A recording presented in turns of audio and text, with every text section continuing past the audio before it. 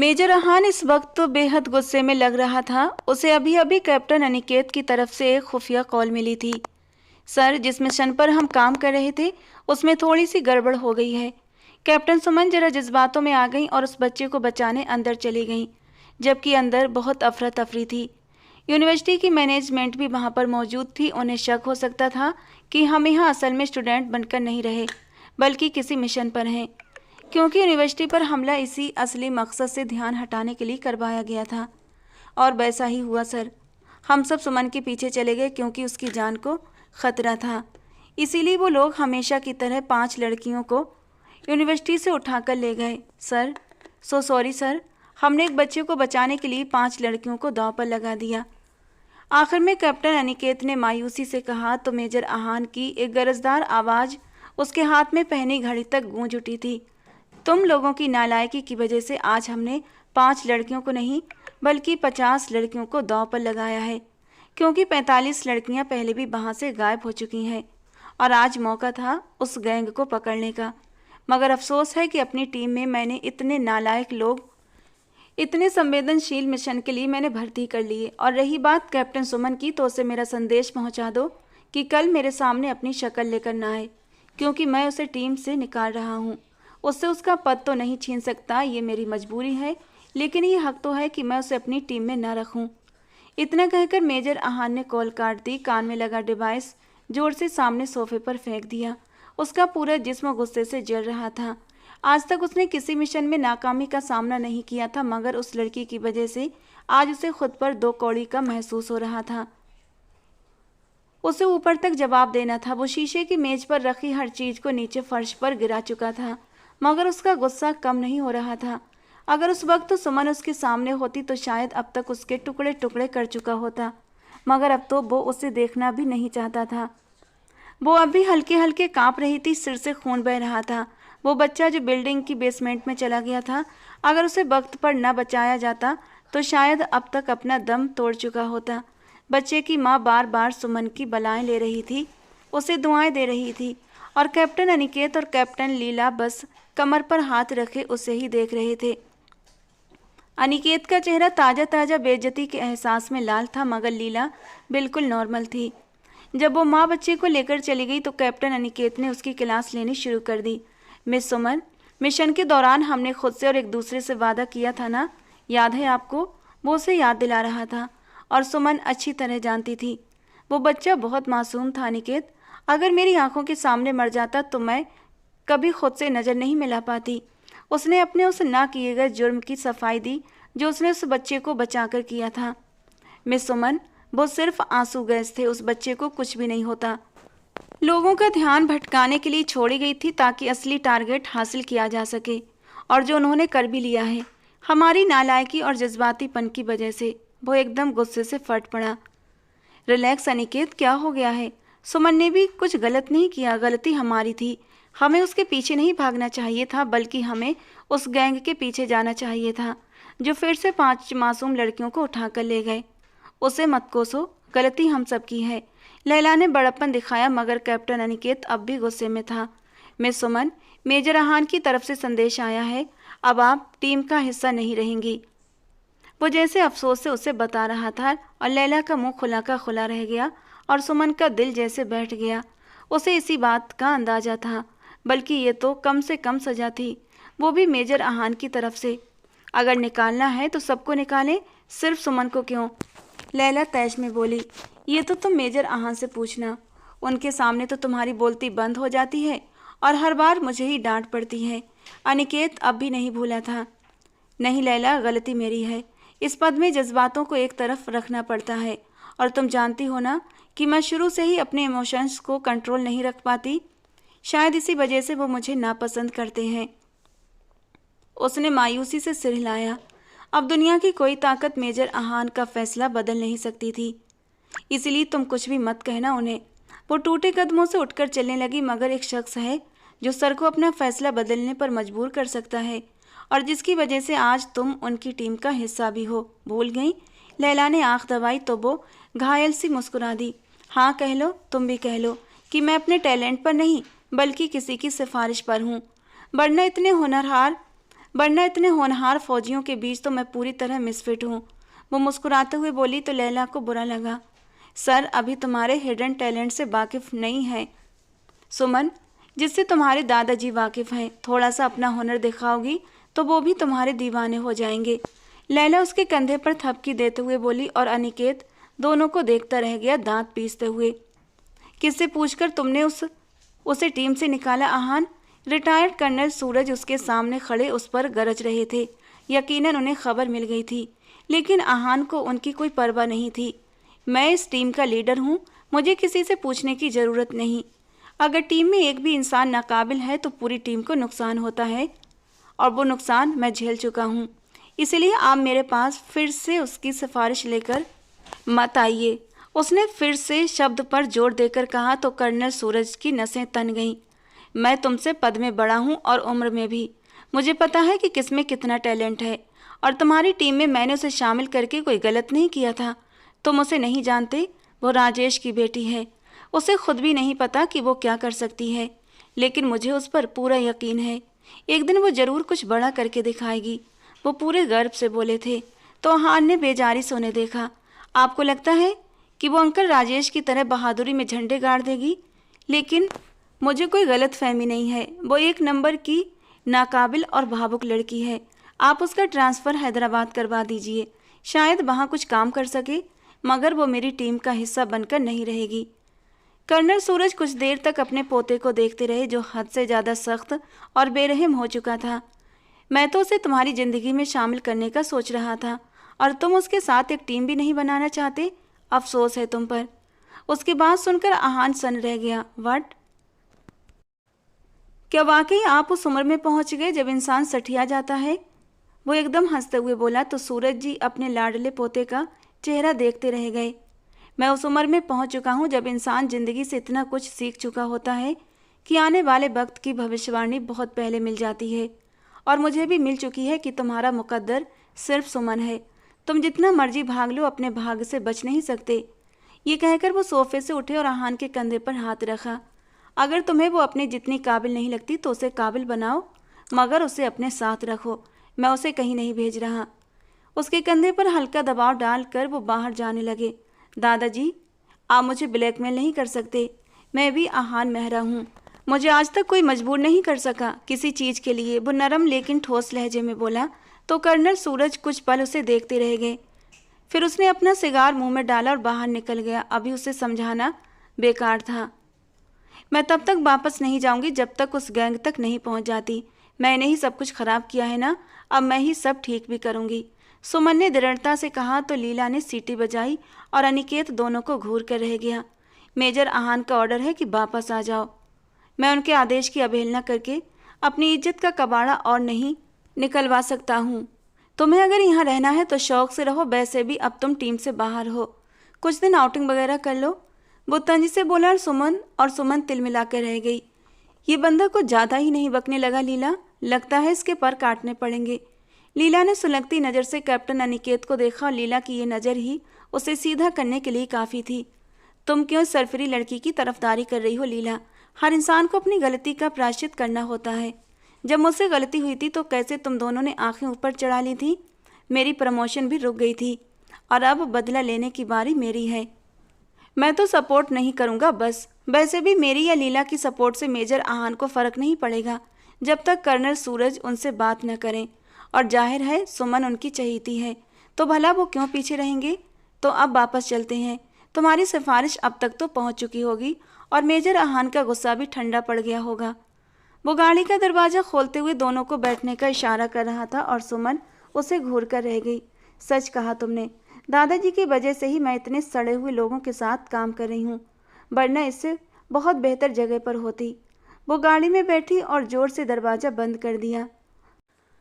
वो तीनों उस मिशन इम्पॉसिबल को बीच में छोड़कर लौट रहे थे, मगर सुमन के दिमाग में कुछ और ही चल रहा था।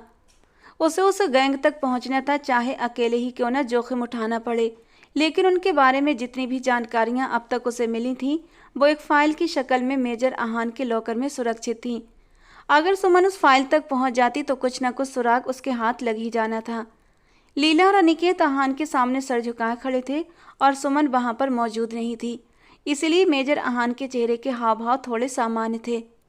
मैंने एक दूसरी और काबिल टीम को उस यूनिवर्सिटी में भेज दिया है। आज से और अभी इसी वक्त से इस मिशन पर वही लोग काम करेंगे। उनका कवर भी बना दिया है। कुछ न्यू आज को एक ट्रेनी लेक्चरर के रूप में। इस तरह यूनिवर्सिटी प्रशासन को शक भी नहीं होगा और वो तुम लोगों से बहुत अच्छा काम भी करेंगे, मुझे पूरा यकीन है। वो एक हुक्म देते अंदाज में बोलता अपनी चेयर से उठ गया तो लीला ने हकलाते हुए कहा, मगर सर प्लीज़ हमें एक मौका और दे दीजिए। इस बार आपको कोई मायूसी नहीं होगी और प्लीज़ सुमन को माफ़ कर दें। उस बच्चे को बचाना भी ज़रूरी था। मेजर अहान एक पल ठहरा, फिर कदम कदम चलता उसके करीब आ गया। मेजर अहान किसी को दूसरा मौका कब देता है लीला? और दूसरी बात, उस नालायक लड़की का हर कोई सिफारशी क्यों बना घूम रहा है, जो खुद चूहे की तरह बिल में छिप गई है और अपनी सिफारशियों को आगे कर रही है। अचानक मेजर अहान का स्वर सख्त हो गया तो लीला कांप गई। अनिकेत ने अफसोस से लीला की ओर देखा, फिर आगे बढ़ा। सर अब हम चलते हैं। कल आप हमें न्यू मिशन के बारे में बता देना। इस बार कोई गलती नहीं होगी। वो उसे सैल्यूट करके अनुमति मांग रहा था। लीला भी उसके पीछे चुपचाप भाग गई। बाहर आते ही लीला ने बड़ी गहरी सी सांस ली। उफ, न जाने बेचारी कौन लड़की होगी जो मेजर अहान जैसे इंसान के साथ जिंदगी गुजारेगी। मैं तो 5 मिनट भी उनके पास खड़ी हो जाऊं तो सांसें अटक जाती हैं। अनिकेत उसकी बात पर हंस पड़ा। शुक्र करो तुम्हारा पाला मुझ जैसे कूल इंसान से पड़ा है। अपनी किस्मत पर गर्व किया करो। उसने एक आंख दबाकर उसे छेड़ा तो लीला ने नकली बेपरवाही से कहा, खैर इतने भी अच्छे नहीं हो तुम। ये तो बस मैंने तरस खा लिया और तुम्हारा प्रपोजल एक्सेप्ट कर लिया। और फिर दोनों जोर से हंस पड़े थे। वो बिल्ली जैसी दबी चाल के साथ उस कमरे में दाखिल हुई थी। कमरा कम और मौत का कुआं ज़्यादा लग रहा था। इस अपार्टमेंट की डुप्लीकेट चाबी दादाजी के पास थी तो वो उनके कमरे से चुपके से उठा लाई थी। अपार्टमेंट छोटा था लेकिन बेहद सलीके और सफाई से सजा हुआ था।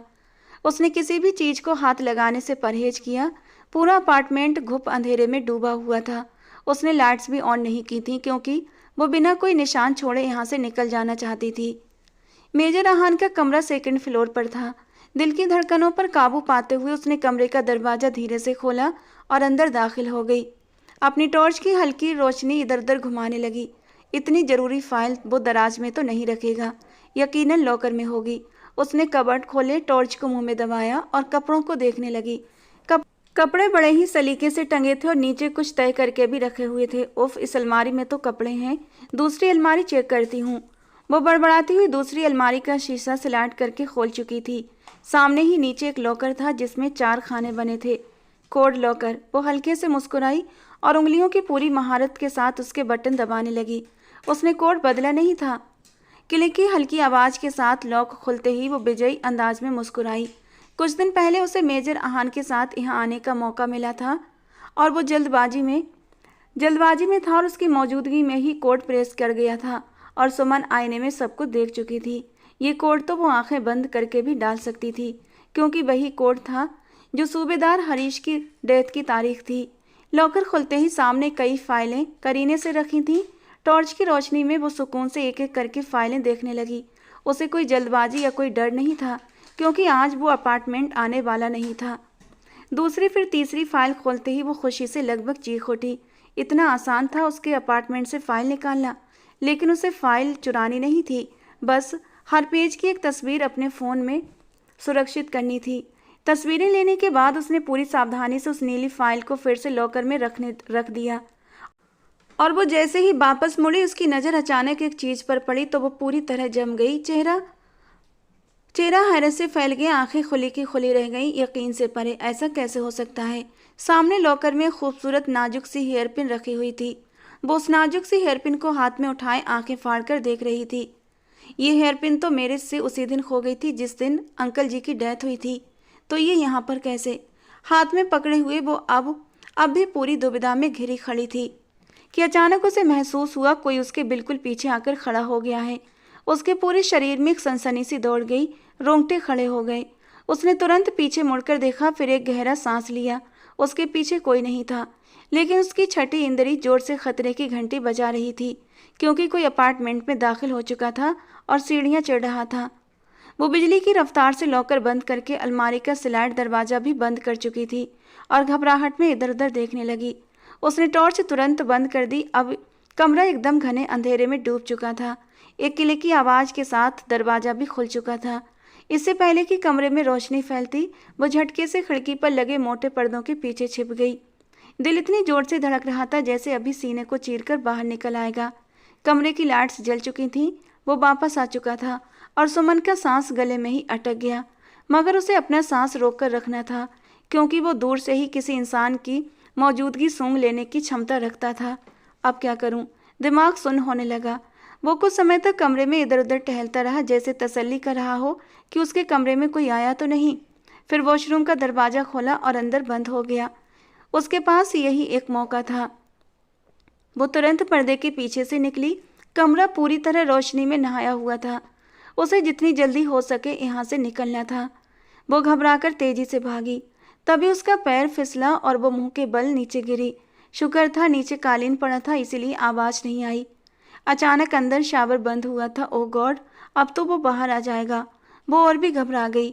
एक पल में बेड की तरफ लपकी और लुढ़क कर बिस्तर के नीचे घुस गई। तभी दरवाजा खुला और वो नहा धोकर बाहर आ चुका था। अब उसे सिर्फ उसके सफ़ेद पैर दिखाई दे रहे थे, जो कालीन पर इधर से उधर टहल रहे थे। सुमन ने अपना सांस रोक लिया। वो कुछ देर के बाद शीशे के सामने खड़ा रहा, फिर खिड़की के पर्दे पीछे हटाए, चारों तरफ नज़र दौड़ाई, पर्दे फिर से बराबर किए और बिस्तर पर आकर लेट गया। अब वो ऊपर था और वो नीचे। जिसने अब तक अपनी सांसें रोकी हुई थीं। उसका पूरा शरीर पसीने में भीग चुका था। उसने बहुत धीरे से सांस बाहर छोड़ी और उसकी गहरी नींद में जाने का इंतजार करने लगी। कमरे की लाइट्स डिम हो चुकी थीं। थोड़ी देर के बाद उसकी शांत गहरी सांसों की आवाज़ें आने लगीं, यानी वो सो चुका था। सारा दिन दूसरों का जीना हराम करता है, अब थक हार कर सोएगा तो इतनी जल्दी भला कैसे जागेगा? वो मन ही मन सोचती हुई बिस्तर से नीचे निकली थी। चोरी चोरी उसने उसकी ओर नज़र डाली। वो बिना शर्ट के था और एक काला ट्राउजर पहने हुआ था। उसके सिक्स एप पर ट्राउजर की रबर बेहद खूबसूरत लग रही थी। पेट से होते हुए उसकी नज़र उसके चौड़े सीने तक गई। वो पहली बार मेजर आहान को इस रूप में देख रही थी। उसका कसरती बॉडी देखकर सुमन के दिल को कुछ हुआ था। थोड़ी सी नज़र ऊपर गई तो एक बाजू आंखों पर रखे गहरी नींद में सो रहा था। उसके खूबसूरत बाइसेप्स देखकर सुमन के गले में एक भारी सी गांठ उभरी और फिर गायब हो गई।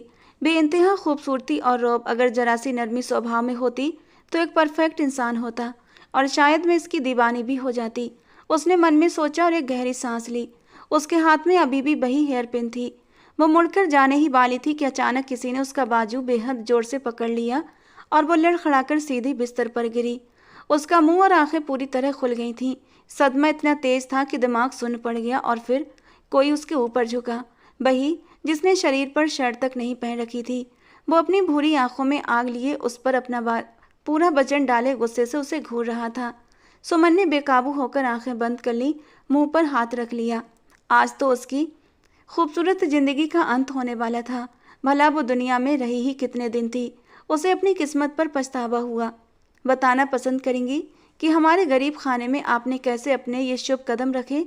तंज का पहला तीर चला और सुमन के दिल में गहरा सुराग कर गया। आंखें खोलो और मुझे देखो। कौन हूँ मैं? क्या भूल गई कि तुम मेजर आहान मेहरा के घर में चोरों की तरह घुसने की क्या सजा होती है? वो उस नन्ही सी जान पर शिद्दत से चिल्लाया तो सुमन ने झटके से आंखें खोल दी। वो दरअसल शब्द गले से बाहर निकलना मुश्किल हो गए थे। आप मेरे ऊपर से हटें प्लीज, मुझे सांस नहीं आ रहा। वो हल्का हल्का विरोध करने लगी। वो जो पूरा उसके ऊपर झुका हुआ था जैसे होश में आया और एकदम से पीछे हट गया। सुमन मुश्किल से उठ पाई थी। बताओ मुझे, क्या चुरा कर भाग रही थी तुम? मुझे क्या बेवकूफ़ समझ रखा है कि कोई भी मेरे अपार्टमेंट में घुस जाएगा और मुझे पता भी नहीं चलेगा? मैंने कुछ नहीं चुराया, आप सो जाइए आराम से, गुड नाइट। वो एकदम से कहती हुई भागी तो आहान ने उसे पीछे से दबोच लिया। उसकी मजबूत पकड़ में वो कहीं नहीं जा सकती थी। छोड़िए, मुझे दर्द हो रहा है, वो चिल्लाने लगी, मगर आहान का एक हाथ उसकी कलाई मरोड़ चुका था और दूसरा उसके कंधे के चारों तरफ आगे की ओर जकड़ा हुआ था। वो पूरी तरह उसके शिकंजे में थी। जब तक बताओगी नहीं कैसे छोड़ सकता हूँ तुम्हें? वो उसके कान में गुर्राया तो सुमन ने बेताबी में वही हेयरपिन उसके कंधे में जोर से चुभा दी। वो एकदम से तिलमिला उठा और पीछे हट गया। इस जंगली बिल्ली से ऐसे हमले की उम्मीद नहीं थी उसे। वो उसके सामने आई, आंखों में शरारे भरे हुए थे। मैं अपनी चीज़ वापस लेने आई थी और लेकर जा रही हूँ। चोर तो तुम हो मेजर अहान। वो हेयरपिन उसकी आंखों के सामने लहराते हुए बोली तो अहान दर्द भूलकर बिल्कुल सन्न रह गया। तुम्हारी हिम्मत कैसे हुई मेरी लॉकर तक आने की? हाँ, और कोड का कैसे पता चला तुम्हें? वो हैरान भी था और गुस्से में भी। अपनी चीज़ वापस लेने के लिए हिम्मत दिखानी पड़ती है, वो अडिग होकर बोली। तो मेजर अहान उसे घूर कर रह गया। वैसे तो बहुत निकम्मी हो तुम, मगर चोरी करने का फन और दूसरों के लॉकर में घुसने का गुर बहुत आता है तुम्हें। उसके कड़वे लहजे ने सुमन को अंदर तक जला दिया। मैं चोर हूं तो मुझे जेल भेज दो या मेरा पद मुझसे छीन लो मेजर अहान। मैं भी तो देखूं आप में कितना दमखम है। वो उसे चुनौती देती हुई बोली तो वो निरुत्तर हो गया। मेरे खिलाफ कुछ भी दादाजी को बताने से पहले ये जरूर दिमाग में रखिएगा कि मैं भी आपको इस हेयर पेन के लिए कटघरे में खड़ा कर सकती हूँ कि ये आपके लॉकर में क्या कर रही थी। वो हेयर पिन उसके सामने लहराती वहां से निकल गई और कई पलों तक अहान वहीं खड़ा रह गया। फिर उसके गुलाबी होंठों पर एक दिल फरेब सी मुस्कान उभरी जिसमें कुछ पुरानी यादों का रंग मिला हुआ था। अहान भाई प्लीज ये मैथ्स का सवाल समझा देना। पता नहीं किसके दिमाग की खुराफात थी ये मैथ्स, कुछ समझ ही नहीं आता। सुमन जो उस वक्त 16 साल की थी 22 साल के अहान के आगे पीछे किताब लिए घूम रही थी। उसे देखकर अहान मुस्कुराया था।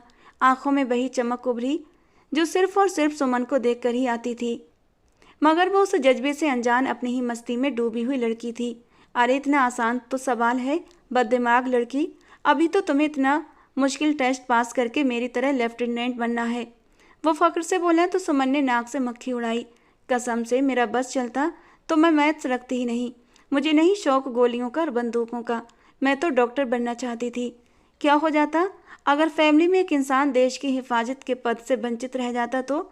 मगर पापा को कौन समझाए, वो सर पकड़कर बैठी हुई थी। अरे अरे मेरी नाजुक सी बेटी को अब क्या शिकवा है अपने पापा से। मेजर जनरल राजेश लॉन्ज में दाखिल हुए तो सुमन के आखिरी शब्द उनके कानों में पड़े। सुमन लपक कर उनके गले लगी। आप आ गए पापा?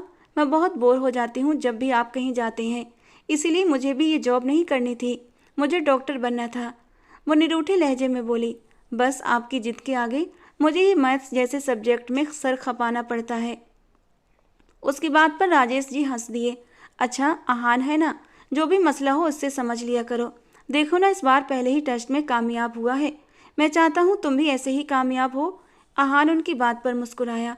अंकल जी ये कुंद दिमाग लड़की जरूर आपका नाम डुबोएगी और हमारी पूरी फैमिली इतने ऊंचे पद पर है, न जाने ये किस पर चली गई। अहान ने उसे छेड़ा तो वो तिलमिला गई। मैं नालायक नहीं हूँ, बस मेरा इंटरेस्ट नहीं। वो बेपरवाही से बोली तो राजेश जी उसे देखकर चुप हो गए। ठीक है बेटा, अगर तुम मेडिकल करना चाहती हो तो अभी भी वक्त हाथ से नहीं निकला, मैं तुम्हारा एडमिशन करा दूंगा। वो उदास से लहजे में बोले तो सुमन के दिल को कुछ हुआ। नहीं पापा, आपका ये सपना मैं पूरा करूंगी, चाहे मुझे मैथ के साथ कुश्ती ही क्यों न लड़नी पड़े। उसकी बात पर सब लोग हंस पड़े। मैथ के साथ तो कुश्ती जरूर करना, मगर एक बात हमेशा ध्यान में रखना बेटा कि अपने देश के साथ कभी गद्दारी मत करना। जिस जिस पद पर हम सब है ना, उसका बोझ उठाना इतना आसान नहीं होता। तुम्हें दुश्मनों से तो लड़ना ही पड़ता है, मगर देश के अंदर मौजूद दुश्मनों से ज़्यादा होशियार रहना पड़ता है। मुझे यकीन है मेरी बेटी कभी मेरा नाम नहीं डुबोएगी। मेजर जनरल राजेश उसका माथा चूमते हुए बोले तो आहान भी मुस्कुरा दिया। ये तो सबसे अहम सबक मिला था उसे, जो उसने बचपन से ही याद कर रखा था। कर्नल सूरज के दो ही बेटे थे, हरीश और मयंक। अपने बाप की तरह वो भी आर्मी में ही थे। हरीश सूबेदार थे और मयंक मेजर जनरल के पद पर। एक बार दुश्मनों से लड़ते हुए दुश्मनों की गोली पेट पर खाई थी, इसके बावजूद भी वो दुश्मनों के छक्के छुड़ाते रहे। उनके साथ उनका एक साथी राजेश भी था। उसकी गोली सीधा दिल पर जाकर लगी थी और थोड़ी देर के बाद लड़ाई बंद हुई तो जख्मी फौजियों को तुरंत अस्पताल में भर्ती कराया गया, जहां मयंक ने दम तोड़ दिया और राजेश के बचने के चांस थे। ऑपरेशन के दौरान मयंक का दिल राजेश को ट्रांसफर कर दिया गया और इस तरह राजेश की जान बच गई। जनरल सूरज की तो दुनिया ही उजड़ गई थी। उनका एक बेटा उनके हाथ से चला गया था, लेकिन उन्हें पता था उनकी जिंदगी सिर्फ देश के लिए कुर्बान है, इसीलिए उन्होंने एक आंसू भी नहीं बहाया था। लेकिन मयंक का दिल राजेश के सीने में धड़क रहा था, तो उन्होंने राजेश को अपने सीने से लगाकर अपना गम हल्का किया। राजेश के अपने माँ बाप तो थे नहीं और इस तरह वो सूरज जी के साथ ही रहने लगा। सूरज जी ने भी राजेश से ही अपने मयंक की कमी पूरी की थी। हरीश का बेटा आहान मेहरा बहुत ही जहीन और कॉम्पिटेंट था। उसे बहुत आगे तक जाना था। हाल ही में उसने लेफ्टिनेंट का इम्तिहान पास किया था और पहला ही इम्तिहान क्लियर कर लिया था। दूसरी तरफ राजेश की बेटी सुमन, जो घर भर की लाडली थी, उसे शुरू से ही मेडिकल फील्ड में जाना था, मगर अपने पापा का ख्वाब पूरा करने के लिए उसे भी इसी फील्ड में आना पड़ा। लेकिन मैथ्स उसे सिर्फ आहान के समझाने पर ही समझ आती थी। वो जब भी फ्री होता उसी पर सिर खपाता रहता। लेकिन आजकल जॉब की वजह से वो काफ़ी व्यस्त था और सुमन को वक्त नहीं दे पाता था, और सुमन इसी बात से चिढ़ जाती थी। आज भी वो उसके सिर पर सवार थी और आहान उसके नखरे उठा रहा था। सर, क्या मैं अंदर आ सकता हूँ? मेजर वीर ने राजेश जी से ऑफिस में अंदर आने की अनुमति मांगी थी, तो उन्होंने सर हाँ में हिलाया। वे खुद किसी अहम फाइल की स्टडी में बिजी थे। सर, ऊपर से ऑर्डर काफ़ी सख्त हैं, आपको ये मिशन छोड़ना होगा, वरना हमारे लिए अच्छा नहीं होगा। मेजर वीर के लहजे में चिंता थी। मेजर जनरल राजेश उसे देखकर मुस्कुराए। तुम जानते भी हो वीर, इस मिशन को छोड़ने से कई जिंदगियां दांव पर लग जाएंगी। हमें इन आतंकवादियों को हर हाल में पकड़ना है। अब तो हम बहुत करीब पहुंच चुके हैं। मैं खुद जनरल संजय से बात करूंगा इस मामले की कि वे अपने ऑर्डर वापस ले लें, तुम फिक्र मत करो। लेकिन मेजर वीर अभी भी बेचैन था। उसने कहा, सर, जब हमारे देश के ऊंचे पद पर बैठे लोग ही इन आतंकवादियों के साथ मिल जाएं, तो फिर ईमानदार लोगों को अपनी जान के लाले पड़ जाते हैं। ये केस बहुत नाजुक बन चुका है। इस केस में सिर्फ आतंकवादियों के ही नकाब नहीं उतरेंगे, बल्कि हमारे देश की पूरी इस्टेब्लिशमेंट भी बेनकाब हो जाएगी। इसीलिए वे हर हाल में इस केस को रोकेंगे, चाहे इसके लिए किसी भी ईमानदार की जान ही क्यों न लेनी पड़े। मेजर वीर ने दर्द से कहा तो मेजर जनरल राजेश मुस्कुरा दिए। हमने तो अपने हिस्से की शम्मा रोशन करनी ही है ना, चाहे जो भी हो जाए। मैं ये केस तब तक नहीं छोड़ूंगा जब तक कि मेरी जान न चली जाए। मौत के अलावा मुझे कोई नहीं रोक सकता। वे एक जज्बे से बोले थे तो वीर सर को झुकाकर वहां से चला गया। वो जान गया था कि राजेश जैसे ईमानदार इंसान का साथ अब उसके लिए बहुत कम रह गया है। आहान घर में दाखिल हुआ तो हर तरफ खामोशी थी। लॉन्च भी सूना पड़ा था, वरना रिटायर्ड कर्नल हरीश अक्सर ही लॉन्च में अखबार पढ़ते या न्यूज़ सुनते पाए जाते थे। वो अपने कमरे में जाने के लिए मुड़ा तो अचानक दूसरे कमरे से आवाज़ें आ रही थीं और वो वहीं रुक गया। राजेश और आहान के पापा हरीश के बीच तकरार हो रही थी। आहान को कुछ बेचैनी हुई। आखिर अभी ये सब चल क्या रहा है? वो दरवाजे के बाहर ही खड़ा हो गया, खुद अंदर जाकर हाल जानने के इरादे से। हमारे ही लोग इतने नीच हो सकते हैं, मैंने सोचा भी नहीं था। अब तो वो बाकायदा ब्लैकमेलिंग पर उतर आए हैं। कल रात एक नंबर से कॉल आई थी, मुझे धमका रहा था वो कि ये केस छोड़ दो, वरना तुम्हारी एक ही बेटी है, उससे भी हाथ धो बैठोगे। ये कहते हुए उनकी आवाज़ कांप रही थी। आहान एकदम ठहर गया। क्या उसे अंदर जाना चाहिए था? अभी वो सोच ही रहा था कि मेजर जनरल राजेश के अल्फाज उसके कानों में पड़े। हरीश, तुम मेरे बड़े भाई जैसे हो, मेरे लिए बहुत ख़ास। मैं चाहता हूँ कि तुम सुमन की हिफाजत करो, उसे कहीं ले जाओ जहाँ उसकी जान को कोई खतरा ना हो। मैं किसी भी कीमत पर अपनी बेटी को खोना नहीं चाहता। वो अब रो रहे थे। आहान एक पल को पीछे हट गया। उसे अंदर नहीं जाना चाहिए। न जाने क्या बातें हो रही थी। वो अपने कमरे में चला गया, मगर बेचैनी बढ़ चुकी थी। मैं पापा से पूछूंगा कि क्या मामला है, उसने मन ही मन तय किया। मगर उसी रात उसे पीछे से कॉल आई कि तुरंत ड्यूटी पर पहुंचो। इसीलिए वो अफरा तफरी में निकल गया, सब कुछ भुलाए। लेकिन आने वाला दिन उसकी ज़िंदगी बदल कर रख देने वाला था। ये तुम क्या कह रहे हो राजेश? इतना क्यों डरे हुए हो? ये वर्दी तुमसे निडर होने की मांग करती है। जब हम ये वर्दी पहनकर कसम लेते हैं तो दिल से सारे डर और खौफ निकाल देते हैं। सूरज जी को जब राजेश को मिलने वाली धमकियों की भनक लगी तो वो उन्हें समझाने लगे। अंकल जी, मुझे अपनी परवाह नहीं। मैं इस देश के लिए अपनी जान और खून का आखिरी कतरा भी बहा दूंगा। बस मुझे सुमन की फिक्र है। वो बच्ची है, उसका क्या कसूर? मैं चाहता हूँ कि वो कुछ समय के लिए कहीं चली जाए। जब हालात काबू में आ जाएं तो मैं उसे बुला लूँगा। आपको अंदाज़ा नहीं है कि हमारे अपने ही हमारे खिलाफ हो चुके हैं। वो मुझे रोकने के लिए किसी भी हद तक जा सकते हैं, मगर मैंने भी ठानी है कि मैं नहीं रुकूंगा। बस सुमन को महफूज करना चाहता हूँ। वो विनती करने लगे तो कर्नल सूरज सोच में पड़ गए। इसमें इतना परेशानी की क्या बात है राजेश? मैं तुम्हारी बेटी की जिम्मेदारी लेता हूँ। अपनी जान से बढ़कर उसकी हिफाजत करूँगा। वो सिर्फ तुम्हारी बेटी नहीं, मेरी होने वाली बहू भी है। हरीश जो साथ ही बैठे थे वो भी उनको दिलासा देने लगे।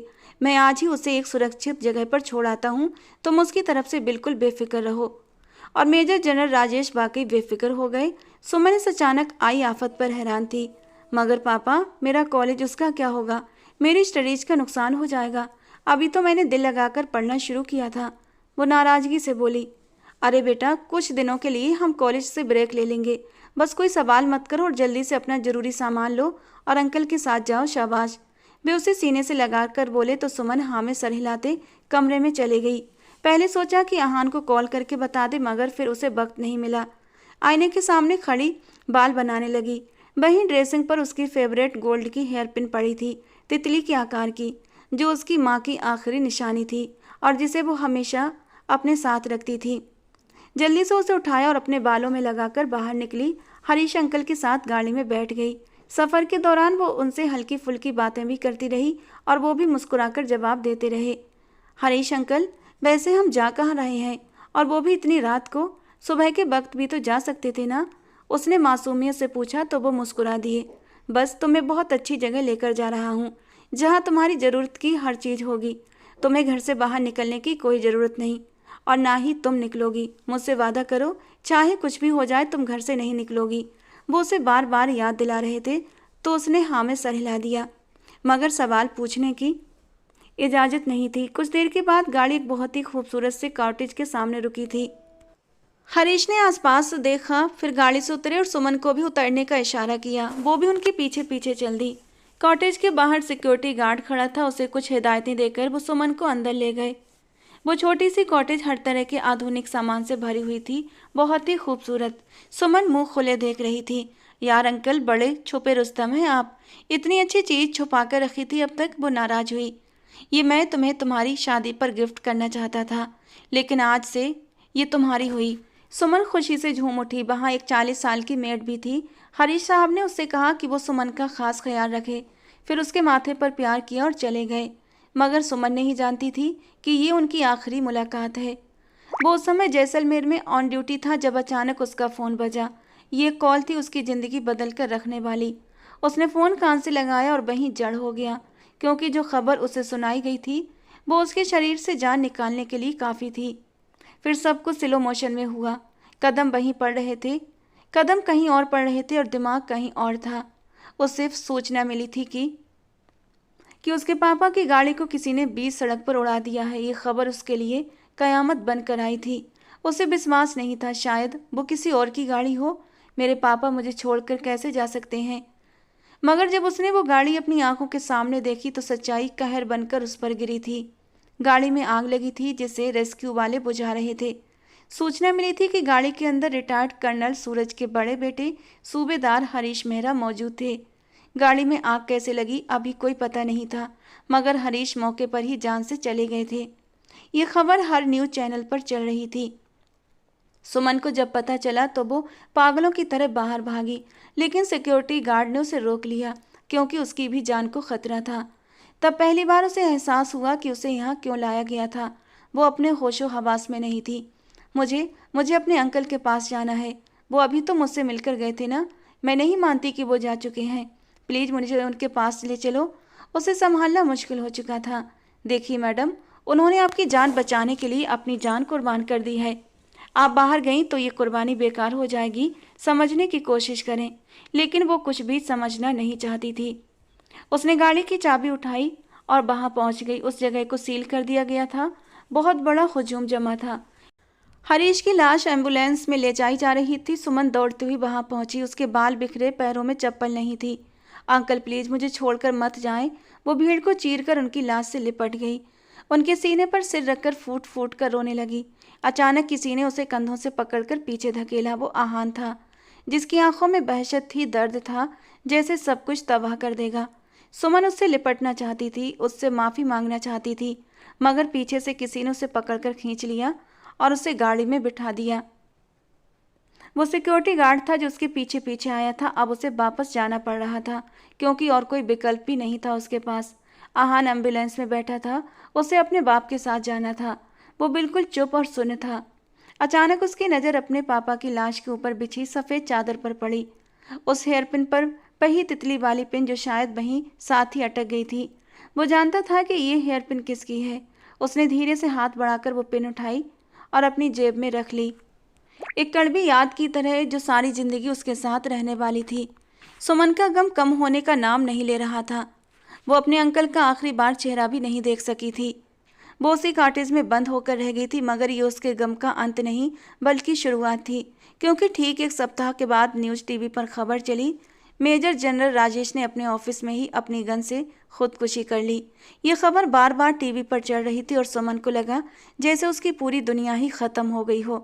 पहले हरीश अंकल का सदमा क्या कम था, जो अब बाप के बिछड़ जाने का दुख भी उसे झेलना पड़ रहा था, मगर वो जानती थी उसके पापा खुदकुशी नहीं कर सकते। वो तो बहुत बहादुर और निडर थे। ऐसा कैसे हो सकता था भला? वो बिल्कुल ढह गई थी। उसे भी साथ ही मर जाना चाहिए था। उसके पापा ने उसे बचाकर अच्छा नहीं किया। कर्नल सूरज उसे लेने आए उसके पिता का अंतिम दर्शन कराने के लिए। वो किसी ट्रांस जैसी हालत में उनके साथ जा रही थी। अविश्वास ही अविश्वास था। यकीन होता तो वो रोती, मगर जब उसने अपने पापा को देखा तो सारे शक दूर हो गए। वो एक बच्चे की तरह उनके सीने से लगकर रो रही थी। कोई उसे सांत्वना दे रहा था तो कोई दिलासा दे रहा था, मगर उसे कैसे सुकून मिल सकता था? इस दुनिया में उसका एकमात्र सहारा भी उसे छोड़कर जा चुका था। और आहान, वो तो बिल्कुल चुप हो गया था। उसने सुमन को गले लगाकर सांत्वना तक नहीं दी थी। न जाने उसका दिल कैसे पत्थर बन चुका था। जो पहले हर वक्त सुमन का ख्याल रखता था, अब उससे अनजान हो चुका था, जैसे वो है ही नहीं, या जैसे सबके पीछे सुमन का ही हाथ हो। कर्नल सूरज सुमन का हर पल ख्याल रखने लगे। 1 साल इसी तरह बीत गया। अगले साल तक वो काफ़ी संभल चुकी थी। अब उसे सिर्फ एक ही काम करना था, अपने पापा का सपना पूरा करना। यही अब उसकी ज़िंदगी का मकसद बन चुका था और वो दिन रात पढ़ाई में जुट गई। लेफ्टिनेंट से कैप्टन बनने का सफ़र तय किया। आहान उस समय तक मेजर बन चुका था, मगर उसका व्यवहार अब भी वैसा ही ठंडा था। दोनों के बीच एक ऐसी दीवार खड़ी हो चुकी थी जो दिन ब दिन और भी ऊंची होती जा रही थी। Present time. वो अपने कमरे की बालकनी में खड़ा सिगरेट पी रहा था। वो कभी कभार ही सिगरेट पीता था जब उसके अंदर बहुत सारी आग जमा हो जाती। सुमन अभी अभी उसे धमकी देकर गई थी कि वो उस हेयर पिन का उससे हिसाब जरूर लेगी, मगर वो उन हिसाबों का क्या करता जो अब तक वो सुमन के खाते में डालता आया था। उसके पापा और राजेश अंकल की मौत ने उसे सुमन के करीब आने की बजाय उससे और दूर कर दिया था। पहले पहले वो समझता था कि उसके बाप की मौत सुमन की वजह से हुई है। ना वो उसे छोड़ने जाते, ना ये सब होता। वो चाहने के बावजूद उसे बेकसूर मानने को तैयार नहीं था। मगर बाद में जब उसे पता चला कि राजेश अंकल और पापा की मौत उस मिशन की वजह से हुई जिसे राजेश अंकल छोड़ने के लिए तैयार नहीं थे। वो एक बेहद नाजुक मिशन था जिसमें इस देश के बड़े बड़े पदों पर बैठे लोग भी शामिल थे। राजेश जी ने आत्महत्या नहीं की थी, बल्कि उनका कत्ल हुआ था। तब पहली बार उसे एहसास हुआ कि देश के लिए जो भी वर्दी पहनता है उसे अपनी जान हथेली पर रखनी पड़ती है। आहान ने तो अपनी जान हथेली पर रख ली थी, मगर वो नहीं चाहता था कि सुमन भी इस खतरनाक फील्ड में आए। सुमन के बारे में जो बदगुमानी थी वो दूर हो गई थी, मगर वो लड़की बहुत जिद्दी थी। उसे हर हाल में आर्मी ज्वाइन करनी थी। आहान उससे चिढ़ने लगा था। कई बार उसने दादाजी से कहा भी था कि सुमन को इन सब से दूर रहना चाहिए, मगर दादा पोती बुरी तरह जिद पर अड़े रहे और आहान का गुस्सा बढ़ाते रहे। मगर सुमन हर वो काम करने लगी जिससे आहान मना करता था, और फिर दोनों के बीच एक ठंडी जंग शुरू हो गई। कर्नल सूरज चाहते थे कि सुमन आहान की टीम में शामिल होकर उसके साथ काम करे, मगर मेजर आहान उसकी भावुक हरकतों से बेहद चिढ़ता था। उसके नज़दीक सुमन एक बहुत ही इमेच्योर लड़की थी जो कभी भी अपनी या किसी साथी की ज़िंदगी को खतरे में डाल सकती थी। वो अंदर से आज भी उसकी परवाह करता था, मगर वो लड़की अपनी हरकतों से आहान को हमेशा परेशान रखती थी। इसलिए आहान अपने दिल की हालत को खुद से भी छुपा कर रखता था। उसने कभी भी सुमन की तरफ जरा सी भी पेशकदमी करने की कोशिश नहीं की थी, मगर आज उसके लॉकर से वो हेयर पिन का बरामद होना उस पर न जाने कैसे कैसे राज खोलेगा। वो बस इसी सोच में डूबा हुआ था। जिस मोहब्बत की भनक आज तक उसने अपने दिल को भी नहीं पड़ने दी, वो आज उसी लॉकर से सामने आ गई थी। वो कभी भी अपनी कमजोरी दुनिया पर जाहिर नहीं करना चाहता था। जिस फील्ड में वो था, वो नहीं चाहता था कोई भी उसकी कमजोरी पकड़े, अपनी मोहब्बत की वजह से वो कोई नुकसान उठा ले। मगर अब कुछ राज संभाल कर रखना मुश्किल होता जा रहा था। रात बाहर ढल रही थी और वो नाजुक लड़की उसके सारे होशो हवास पर छाई हुई थी। वो कंप्यूटर की स्क्रीन के सामने बैठी थी, सारा डेटा इकट्ठा कर रही थी। वो जरा सा भी क्लू दे देता उसे उस गैंग तक पहुंचाने के लिए। आहान के लॉकर में मौजूद फाइल्सों से काफ़ी अधूरी जानकारियां मिल चुकी थीं। वो गैंग हर 4 महीने के बाद अलग अलग यूनिवर्सिटीज से लड़कियों की कुछ निश्चित संख्या को किडनैप करता था, फिर उन्हें स्मगल करता और फिर न जाने उनसे कैसे कैसे काम करवाए जाते। आज तक उन्हें किसी ने नहीं देखा था। वे हर बार चालाकी से निकल जाते, मगर सुमन ने उनमें से एक आदमी को देख लिया था। उसने किसी से जिक्र नहीं किया था इस बात का। जब वो उस बच्चे को बचाने बेसमेंट में गई थी तो वहां एक नकाबपोश उससे टकराया था जो वॉशरूम से बाहर आ रहा था। सुमन ने उसका चेहरा नहीं देखा था, मगर वो आंखों को कभी नहीं भूल सकती थी। भीड़ के बीच भी पहचान लेती। उसकी एक आंख हरे रंग की थी, दूसरी आंख ऐसी थी जैसे उसमें कोई नगीना फिट हो। वो असली आंख नहीं थी, बनावटी आंख थी, और यही उसकी पहचान भी थी। सुमन भागकर उसके पीछे गई, पर वो उसे चकमा देकर निकल गया। हर तरफ धुआं फैल रहा था। अचानक सुमन की नज़र नीचे फर्श पर पड़े एक कार्ड पर पड़ी जो उस आदमी की जेब से निकल कर गिरा था। वो मुंबई के एक मशहूर क्लब की मेंबरशिप का कार्ड था, मतलब वो शख्स उस क्लब का हिस्सा था। उसने वो कार्ड संभाल कर रख लिया था। अब और जानकारी इकट्ठा करने के बाद वो खुद उस तक पहुंचना चाहती थी। शायद आहान को ये सबूत देना चाहती थी। अगर वो गलत कर सकती थी तो सही भी कर सकती है। उसे बस अब कल का इंतजार था, क्योंकि कल रात उस क्लब में सबसे बड़ा गैम्बलिंग प्रतियोगिता होने वाला था। अगर वो उस क्लब का हिस्सा था तो हर हाल में वहां आएगा। उसे पकड़कर उसके गैंग तक पहुंचना आसान हो जाता, और यही उसका प्लान था जिसमें वो किसी को भी शामिल नहीं करना चाहती थी, सिवाय अपने कुछ दोस्तों के जो उस गुंडे को पकड़ने में उसकी मदद करने वाले थे। और वे सब आर्मी वाले नहीं थे। सुमन वहां भेस बदल कर आई थी ताकि कोई उसे पहचान न सके। वो भी वहां उस गैम्बलिंग गेम का हिस्सा बन चुकी थी ताकि दुश्मन पर करीब से नज़र रख सके। हराने वाले नए आदमी को गौर से देख रही थी। सब लोग उस जुए के गेम के मजे ले रहे थे। सबको जीतने की जल्दी थी। उस क्लब में एक तरफ रैंप पर लड़कियां डांस करके आने वालों का दिल बहला रही थीं। बेशुमार रंग बिरंगी रोशनियां सबके चेहरों पर अजीब से नक्श बना रही थीं। धीरे धीरे वक्त बीतता जा रहा था, मगर वो आदमी अभी तक नहीं आया था। सुमन को यकीन था वो जरूर आएगा कि अचानक दरवाजे से वो दाखिल होता नजर आया। उसने आंखों पर चश्मा चढ़ा रखा था। उसकी उम्र 35 से 40 के बीच थी। पहले सुमन ने उसकी तरफ कोई खास ध्यान नहीं दिया, मगर जैसे ही उसने अपना चश्मा उतारा सुमन के रोंगटे खड़े हो गए। ये वही था, एक बनावटी आंख वाला। वो उसे बहुत अच्छी तरह पहचान गई थी। अब उसका चेहरा भी उसे हमेशा याद रहने वाला था। आज उसे हर हाल में उस आदमी को पकड़ना था जो देखने से ही शैतान लग रहा था। कुछ देर तक लड़कियों के साथ तो डांस करता रहा और फिर उसके बाद उस गेम का हिस्सा बन गया। सुमन बस उसके अकेले होने का इंतजार कर रही थी। थोड़ी देर के बाद वो आदमी वॉशरूम की तरफ चला गया और सुमन भी दबे कदमों उसके पीछे बढ़ी। दिल बहुत तेज धड़क रहा था। वो कोई गलती नहीं करना चाहती थी। वॉशरूम के बाहर खड़ी उसने अपनी घड़ी में मौजूद बटन दबाकर बाहर संदेश दिया कि गाड़ी तैयार रखो। उसे बस उस आदमी को बेहोश करना था और फिर दूसरे खुफिया रास्ते से बाहर ले जाना था। जैसे ही वो बाहर निकला, सुमन ने बेहद माहिराना अंदाज में उसकी गर्दन में एक सुई चुभो दी। वो हाथ पैर भी मारने लगा और फिर बेहोश होकर गिर गया। बस इतना ही काम था। वो उसे घसीटकर दूसरे गेट तक ले आई जहां गाड़ी में 2 लड़के पहले से मौजूद थे। सुमन ने उन्हें इशारा किया। वे स्कूल स्टूडेंट्स लग रहे थे जिनकी मदद उसने ली थी। वे उसे गाड़ी में डाल चुके थे। सुमन जल्दी से ड्राइविंग सीट पर बैठी और गाड़ी सावधानी से आगे बढ़ाई। आज उसने बहुत बड़ा काम किया था। अब तो आहान उससे खुश हो जाएगा यकीनन। दिल में खुद को शाबाशी देती हुई वो अपने खुफिया ठिकाने की तरफ रवाना हो गई। पहले उसे इस आदमी से खुद बात उगलवानी थी। अगर वो नहीं मानता तो उसे अपनी टीम के हवाले कर देना था। यही उसका प्लान था। गाड़ी रात के अंधेरे में सुनसान सड़क पर चल रही थी, मगर उसका प्लान तब फेल हुआ जब उसकी गाड़ी के सामने एक बड़ा सा ट्रक आकर रुका और उसका रास्ता बंद कर दिया। उसने हॉर्न बजाना शुरू किया, मगर ट्रक नहीं रुका। सुमन को अब शंका होने लगी।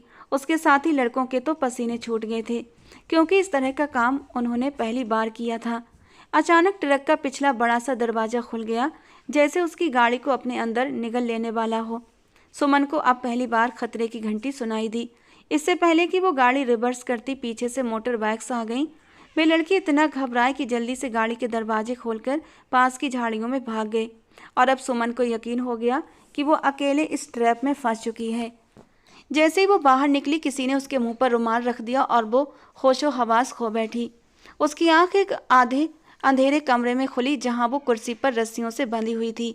वो उस गैंग के हाथ आ चुकी थी और फरार का अब कोई रास्ता नहीं था। उसके साथियों को तो ये भी नहीं पता था कि वो कहाँ है। चारों तरफ बस अंधेरा नजर आ रहा था। अचानक किसी के कदमों की आहट उसके दिमाग पर हथौड़े की तरह गूंजी। उसने आंखें उठाकर देखा तो एक घिनौना चेहरा बेल्ट हाथ में लिए उसके सामने खड़ा था। तुम वो पहली लड़की हो जिसने हमारा पीछा करने की कामयाब कोशिश की है, लेकिन अफसोस तुम अभी बच्ची हो और हम इस गेम के पुराने खिलाड़ी हैं। अब बताओ तुम्हारी क्या सेवा करें हम। वो सुमन को अंदर तक उतरती गंदी नजरों से देखते हुए गुर्राया। कमीने इंसान, एक बार मुझे आज़ाद कर, फिर बताऊंगी कि कौन कितना दम रखता है। वो दहाड़ी तो उसका ठाका हवा में फट पड़ा। उसके पीछे 3 और आदमी कमरे में आए, काले धब्बेदार जैसे भूखे भेड़िए जो उसे पेट में उतरती निगाहों से देख रहे थे। उनमें से एक बोला, इसे आज़ाद कर दो, सब मिलकर इसके साथ पहले आंख में चोली खेलेंगे।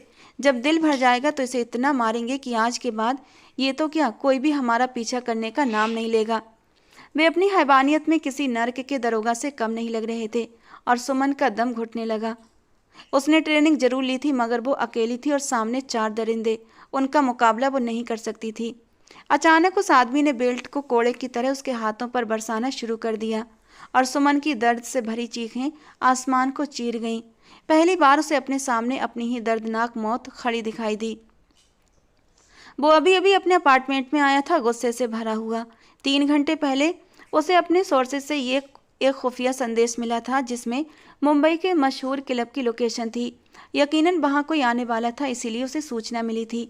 वो जल्दी से वहाँ पहुँचा भी था, मगर वहाँ पहुँचने से पहले ही वो लोग उसे चकमा देकर गायब हो चुके थे और इसीलिए उसे वापस लौटना पड़ा। उसे हर हाल में उन तक पहुँचना था जो अगले कुछ दिनों में कहीं और हमला करने वाले थे।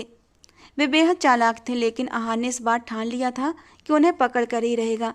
अचानक उसका मोबाइल बजा। उसने देखा तो कोई अनजान नंबर था। सावधानी से फ़ोन कान पर लगाया। किसी लड़के की कांपती हुई आवाज़ थी। सर, हमें माफ़ कर दीजिए, हमसे बहुत बड़ी गलती हो गई। हम सुमन मैम को वहाँ अकेले छोड़कर भाग गए। हम बहुत डर गए थे। वो लड़का न जाने और क्या क्या बोले जा रहा था। सीधे बोलो, कहना क्या चाहते हो? कौन हो तुम? उसने रौबदार आवाज़ में पूछा। और फिर जो बात उसके कानों तक पहुंची, उसके जिस्म में आग भड़क उठी। व्हाट द हेल, ये क्या बकवास कर रहे हो? वो अकेली वहाँ क्या कर रही थी? और तुम उसे छोड़कर क्यों आए? सब कुछ डिटेल में बताओ। वो इतनी शिद्दत से गरजा था कि कमरे की दीवारें कांप उठीं। थोड़ी देर के बाद उसे वो लोकेशन मिल चुकी थी जहाँ वो ट्रक रुका था। आहान ने ट्रैफिक पुलिस के हेड को कॉल की और वो टाइमिंग बताई जिसमें वो ट्रक उस सड़क पर था। शायद इस तरह उसे कोई सुराग मिल सके। वो ट्रक एक वर्कशॉप पर जाकर रुका था जो वहाँ से ज़्यादा दूर नहीं थी। मेजर आहान अपनी पूरी टीम और मुखबिरों को सूचना दे चुका था और फिर खुद सबसे पहले वहाँ पहुँचा। वो ट्रक अभी भी उसी वर्कशॉप पर खड़ा था, लेकिन खाली। यकीनन भी लोग सुमन को किसी दूसरी गाड़ी में बिठाकर ले जा चुके थे। आहान का बस नहीं चल रहा था कि ज़मीन आसमान एक कर दे। वो लोग सुमन के साथ क्या क्या कर सकते थे, ये सोच कर ही उसके जिस्म का खून सूख रहा था। सुमन के फ़ोन को ट्रेस किया गया जो इसी वर्कशॉप से आखिरी सिग्नल दे रहा था। उन्होंने उसका फ़ोन और सारे ट्रांसमीटर निकाल कर वहीं फेंक दिए थे। वहाँ कोई सीसीटीवी कैमरा भी नहीं था जिससे पता लगाया जा सके। बेबसी की इंतहा थी। इतनी अथॉरिटी रखने के बावजूद भी वो उसे ढूंढ नहीं पा रहा था, जिसे खोए हुए लगभग 3 घंटे बीत चुके थे। न जाने इन 3 घंटों में उन्होंने सुमन को कितना टॉर्चर किया होगा। उसका दिमाग ये सोचते ही सुन्न हो रहा था। वो अपनी टीम पर चिल्ला रहा था, मगर सब बेबस थे। लेकिन मेजर आहान को मालूम था कि जो भी करना है उसे ही करना होगा, वरना वो सुमन को हमेशा के लिए खो देगा। अचानक उसकी घड़ी में हल्का सा कंपन हुआ था, जैसे किसी सिग्नल के ऑन होने का इशारा हो। उसने घड़ी देखी तो वो यहाँ से 2 घंटे की दूरी पर एक बड़ी फैक्ट्री के पास का लोकेशन दिखा रहा था जहाँ से ये सिग्नल मिल रहा था। उसकी सारी इंद्रियां जाग चुकी थीं। क्या ये सिग्नल सुमन की तरफ से था या फिर उसका ध्यान भटकाने के लिए कोई ट्रैप था? मगर वो सोचना नहीं चाहता था। उसे अभी वहीं जाना था क्योंकि उसका दिल कह रहा था कि सुमन वहीं है। वो अपनी टीम के साथ 15 मिनट में वहाँ पहुँचा। फैक्ट्री के साथ वाली जगह वर्कशॉप जैसी थी जहाँ एक आदमी स्कूटर का टायर ठीक कर रहा था और उसके साथ कुछ छोटे लड़के थे जो उसके कारिंदे थे। वो भी अलग अलग कामों में लगे थे। वहाँ कोई भी ऐसी हिडन जगह नहीं थी, मगर आहान की घड़ी यहीं से सिग्नल दे रही थी। आखिर क्या मामला था? उसने सबको हिदायत दी कि फिलहाल छुपे रहो, कोई भी बाहर नहीं आएगा। पहले वो खुद अंदर जाकर पता करेगा कि मामला क्या है। वो अपनी गाड़ी के पास आया और उसने टायर पंचर कर दिए। फिर वर्कशॉप के कुछ लड़कों को इशारा किया, गाड़ी अंदर ले जाने में मदद करो, इसके टायर पंचर हैं। ये कहते हुए वो ड्राइवर सीट पर आया और गाड़ी स्टार्ट की। लड़कों ने उसे धकेलते हुए वर्कशॉप के शटर के पास ला दिया। वर्कशॉप का मालिक, जो अधेड़ उम्र का था, वहां आया और गाड़ी को देखने लगा। इसी बीच आहान जल्दी से अंदर दाखिल हो गया था। वर्कशॉप की दीवारों पर जगह जगह काली स्याही का पेंट चढ़ा हुआ था। सारी दीवारें नीचे से ऊपर तक आधी काली थीं, मगर सामने वाली दीवार पूरी तरह काली थी, जैसे उस पर खुद से पेंट किया गया हो, और सिग्नल उसी दीवार के पीछे से मिल रहा था। मेजर अहान उस दीवार की तरफ बढ़ने ही वाला था कि पीछे से वर्कशॉप का मालिक आ गया। साहब, आप बाहर बैठकर इंतजार करें, अंदर बहुत गर्मी और बदबू है। मगर अहान ने उसकी बात नहीं सुनी। वो बस उस दीवार को छूना चाहता था। इससे पहले कि वो दीवार पर हाथ रखता, उस मालिक ने पीछे से उसे पकड़ लिया। उसके कपड़ों पर वर्कशॉप मालिक के हाथ की काली स्याही के निशान लग गए। आहान पीछे मुड़ा। तुम्हें पता है ये कितना महंगा सूट था? बर्बाद कर दिया ना, बर्बाद कर दिया ना। अब इसकी भरपाई कौन करेगा? वो गुस्से से दहाड़ा तो मालिक डर गया। माफ़ कर दो साहब जी, हम गरीब लोग हैं। अच्छा जाओ, कोई साफ रुमाल लेकर आओ। आहान ने उसे हुक्म दिया तो मालिक शर्मिंदा सा बाहर जाने लगा। तभी आहान ने दीवार पर जोरदार मुक्का मारा और पंच सीधे दीवार के अंदर धंस गया। वो दीवार नहीं, कोई कबर्ड था। आहान का सारा खून चढ़ा आया। इससे पहले कि मालिक उस पर हमला करता, अचानक पूरी वर्कशॉप को चारों तरफ से घेर लिया गया। सब कुछ अब उसके कंट्रोल में आ चुका था। अब बस उसे उस दीवार के आगे जाना था, और वो जानता था कि सुमन वहीं पर है। उसके चेहरे को छोड़कर शरीर का कोई हिस्सा नहीं बचा था जहां बेल्ट के निशान ना हो। वो दरिंदा उसे जानवर समझकर कोड़े बरसा रहा था। सुमन में तो अब आवाज़ निकालने की ताकत भी नहीं बची थी, मगर दर्द तो दर्द होता है। गूंगे को भी लगे तो वो चिल्ला पड़े। और फिर उस सांड जैसे काले दानव ने उसके हाथ पांव खोल दिए और फिर अपने आदमियों को इशारा किया कि उस पर टूट पड़ें और उसके नाजुक वजूद के चीथड़े उधेड़ दें। वे जो कब से लाड टपकाते उसे देख रहे थे, इशारा मिलते ही सुमन पर झपट पड़े। वो कुर्सी समेत फर्श पर गिरी थी, सिर टकराया और लाल गाढ़ा सा मवाद बहने लगा। उसकी हेयर पिन भी लाल हो चुकी थी। उसके होंठों से एक आखिरी सिसके निकली। आहान, तुम अब तक क्यों नहीं आए? प्लीज आ जाओ। उसने तड़प कर उसे पुकारा, और तभी कमरे की काली दीवार का एक हिस्सा जोरदार आवाज के साथ ढह गया। भारी बूटों की आवाज अंदर आने लगी, मगर उन सबसे आगे वो था जिसके बूटों की चमक को सुमन पहचानती थी। उसका मसीहा आ चुका था। उसका उसका प्लान फ्लॉप नहीं हुआ था। क्लब जाने से पहले आईने के सामने खड़ी थी। तितली वाली वो हेयर पिन सुमन के हाथ में थी। उसने उसे घुमाकर देखा और उसके निचले हिस्से में एक छोटा सा ट्रांसमीटर फिट कर दिया। ये उसका प्लान बी था। अगर वो उस आदमी को पकड़ने में नाकाम रही और खुद उनके ट्रैप में फंस गई तो यही ट्रांसमीटर उसकी आज़ादी की आखिरी उम्मीद था। अब बस उसे एक काम करना था, ट्रांसमीटर को आहान की रिस्ट वॉच से कनेक्ट करना। जब ट्रांसमीटर ऑन होगा तो आहान की वॉच पर सिग्नल दिखाई देंगे और वो गुंडों की लोकेशन जान लेगा। मुस्कुराते हुए उसने वो हेयरपिन अपने बालों में सजा ली। मेजर आहान पागलों की तरह उस कुर्सी की ओर भागा जो जमीन पर टूट कर गिरी थी, और साथ ही सुमन भी। उसने देखा कि उसके सिर से खून बह रहा था। उसे आसपास क्या हो रहा है इसका कोई होश नहीं था। वो बस उसकी तरफ भागा था।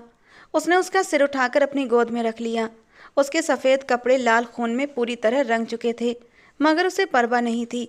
सुमन ने आंखें बंद करने से पहले शांत कांपते होंठों से उसका नाम पुकारा था, और आहान के दिल पर किसी ने गहरा वार किया था।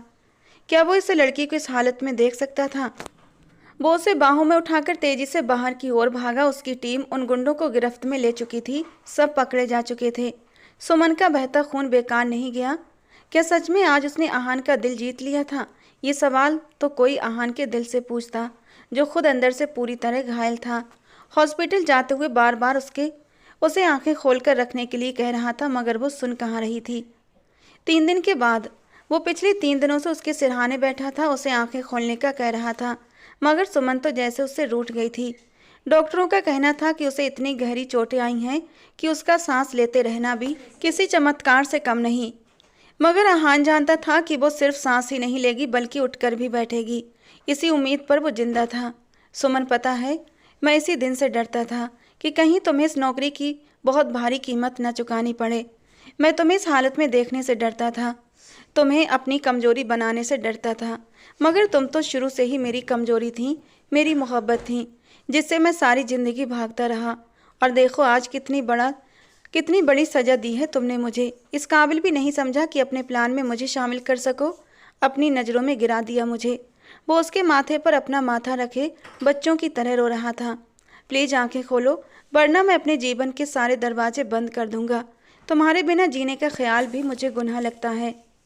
अचानक उसे लगा जैसे उसके शरीर में हरकत हुई। वो झटके से पीछे हटा और सुमन ने आंखें खोल दी। उसकी आंख से आंसू का कतरा तकिए में समा गया, जैसे वो सब सुन रही हो। आहान उसे अविश्वास से देख रहा था। सुमन, तुम ठीक हो ना? और सुमन ने धीरे से सिर हिलाकर ना कहा। उसके होंठ बहुत हल्के से हिले। आहान को उसके शब्द सुनने के लिए होठों के बिल्कुल पास जाकर कान लगाना पड़ा। आहान, दर्द हो रहा है बहुत। और फिर उसने आंखें दोबारा बंद कर लीं। आहान के दिल को जैसे किसी ने रौंद दिया हो। वो पागल सा भागता हुआ बाहर आया। कैसे डॉक्टर हैं ये सब? 3 दिन से वो दर्द में है। उसका दर्द ठीक क्यों नहीं हो रहा? वो पागलों की तरह चिल्लाया तो 2 डॉक्टर दौड़ते हुए पहुंचे। सर, जिस तरह इन्हें कोड़ों से जानवरों की तरह मारा गया है, इनके शरीर को अब तक वही दर्द महसूस हो रहा है। हम इन्हें पेन किलर्स दे रहे हैं। आप परेशान न हो, कुछ दिनों में ही ठीक हो जाएंगी। डॉक्टर ने उसके कंधे पर हाथ रखते हुए कहा। क्या मतलब कुछ दिन? मैं उसे 1 मिनट भी इस तकलीफ में नहीं देख सकता। जो भी करना है अभी इसी वक्त करो। उसका दर्द कम करो, वरना मैं उसे किसी और हॉस्पिटल में ले जाऊंगा। कैप्टन अनिकेत और लीला उसकी तरफ बढ़े। सर, ये सबसे अच्छा हॉस्पिटल है और यहाँ अच्छा इलाज हो रहा है। आप फिक्र मत करें, वो जल्दी ही ठीक हो जाएगी। और वो बेबसी से दीवार में मुक्का मार गया। उसे अब अपना गुस्सा किसी और पर निकालना था। वो सब गुंडे पुलिस के बजाय आर्मी की कस्टडी में थे। उन्हें 3 दिन से सख्त टॉर्चर दिया जा रहा था। उन सब लड़कियों के ठिकाने मालूम किए गए, कुछ को छुड़ा लिया गया और बहुत सारी लड़कियां विदेश में भेज दी गई थीं। आहान के अंदर जो दहशत भरी हुई थी वो उन सब पर निकालना चाहता था। जब उन्हें हर तरह की तकलीफ दे चुका तो थक कर दोबारा हॉस्पिटल चला आया। 3 दिन और गुजर गए। सुमन लगातार दवाओं के असर में थी। होश आता तो दर्द से कराहने लगती और मेजर आहान हॉस्पिटल सिर पर उठा लेता। आखिर 1 हफ्ते के बाद जब वो काफ़ी बेहतर हुई तो उसे डिस्चार्ज कर दिया गया।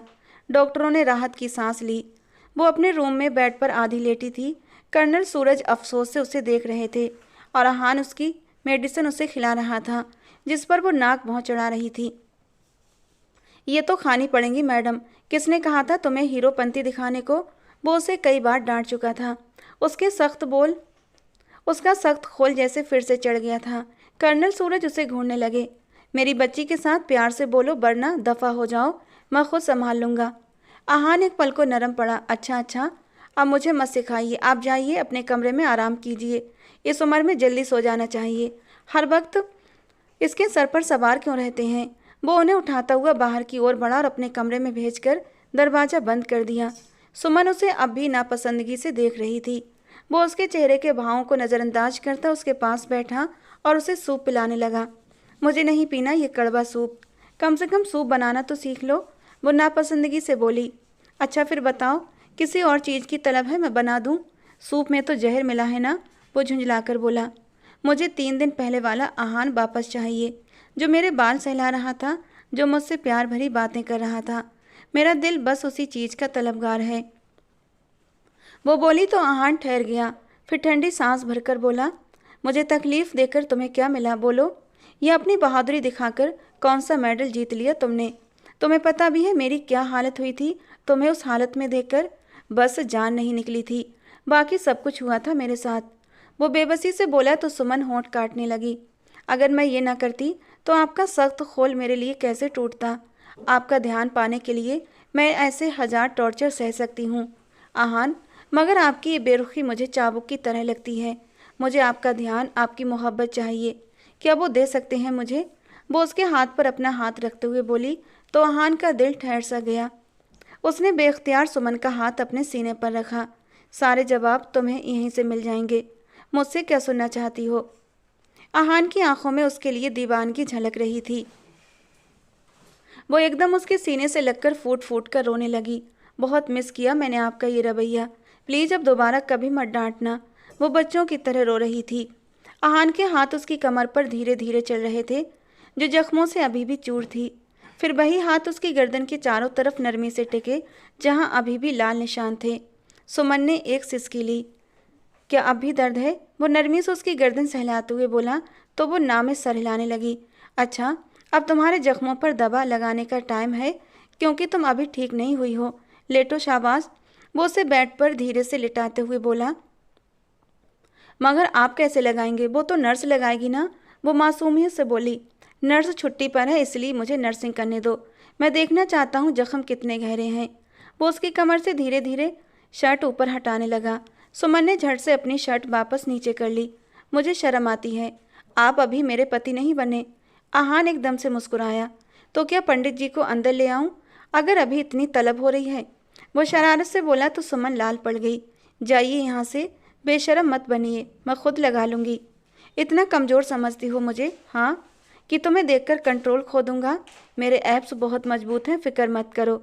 फिर वो उसकी कमीज हटाने लगा और सुमन के जिस्म में हलचल सी दौड़ गई। आप कमज़ोर नहीं, मगर मैं तो हूँ ना। मुझे इस उम्र में कोई गुनाह नहीं करना। जाइए यहाँ से। वो उसे डांटते हुए बोली तो आहान उसे घूरने लगा। बड़ी बेशरम लड़की हो यार, लगता है लगाम डालनी पड़ेगी। इसी हफ्ते तुम्हारी बारात लेकर आता हूँ, वरना तुम तो किसी दिन हद पार कर जाओगी। वो झुंझलाकर उठ बैठा और सुमन हंसने लगी। Good night my future husband.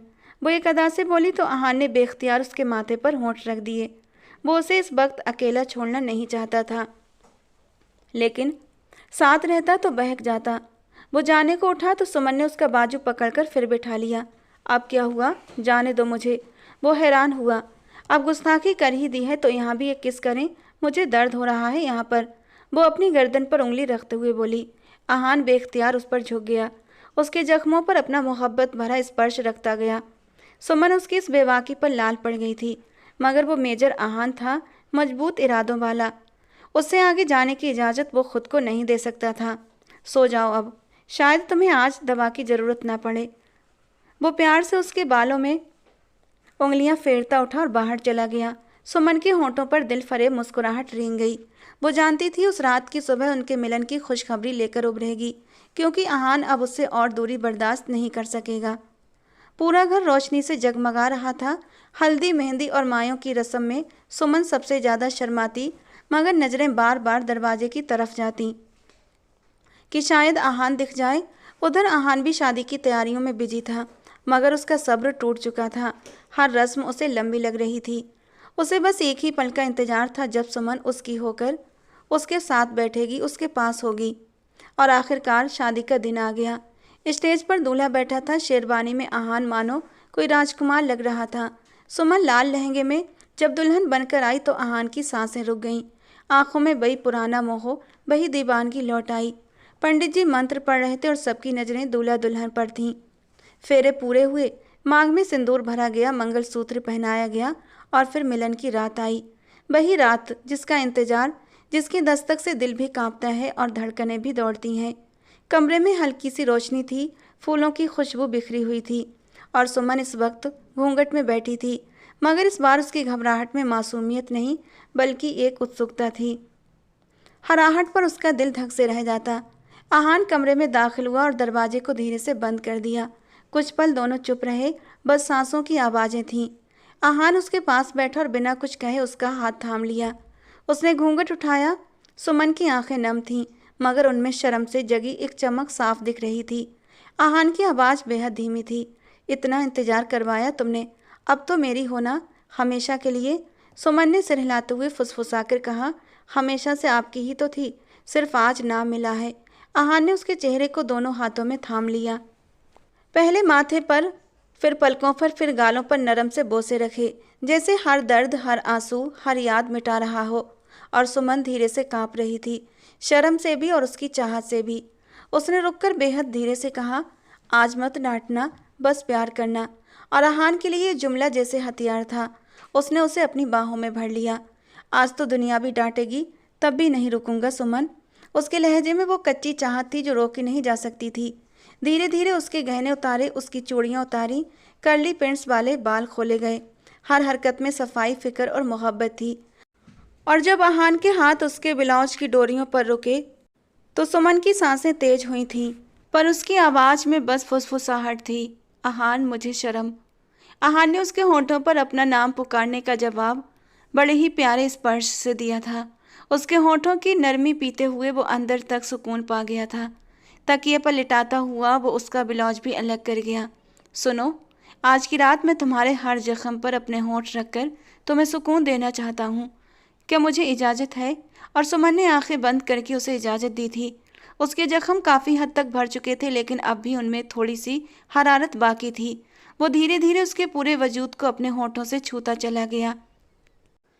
फिर धीरे से उसके कान के पास आकर सरगोशी की थी। सुनो, अगर आज की रात मैं तुम्हें थोड़ा सा दर्द दूं तो। उसके लहजे में छुपी शरारत पर सुमन ने झट से आंखें खोल दी थीं। तुम्हारे साथ मैं हर दर्द सह लूंगी अहान।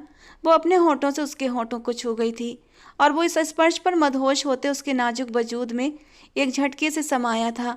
और इस मीठे से दर्द को सुमन होठ को चलते हुए सह गई थी। वो धीरे धीरे उसे सहज करता हुआ अब जुनूनी होने लगा था।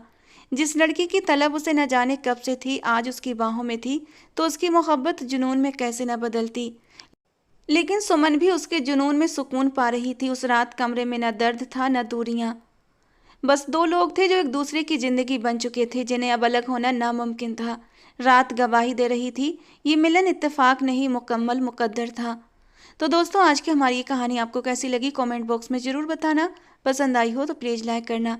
ऐसी और कहानियों के लिए हमारे चैनल के साथ जुड़े रहें। मिलते हैं दोस्तों अगली किसी नई कहानी के साथ।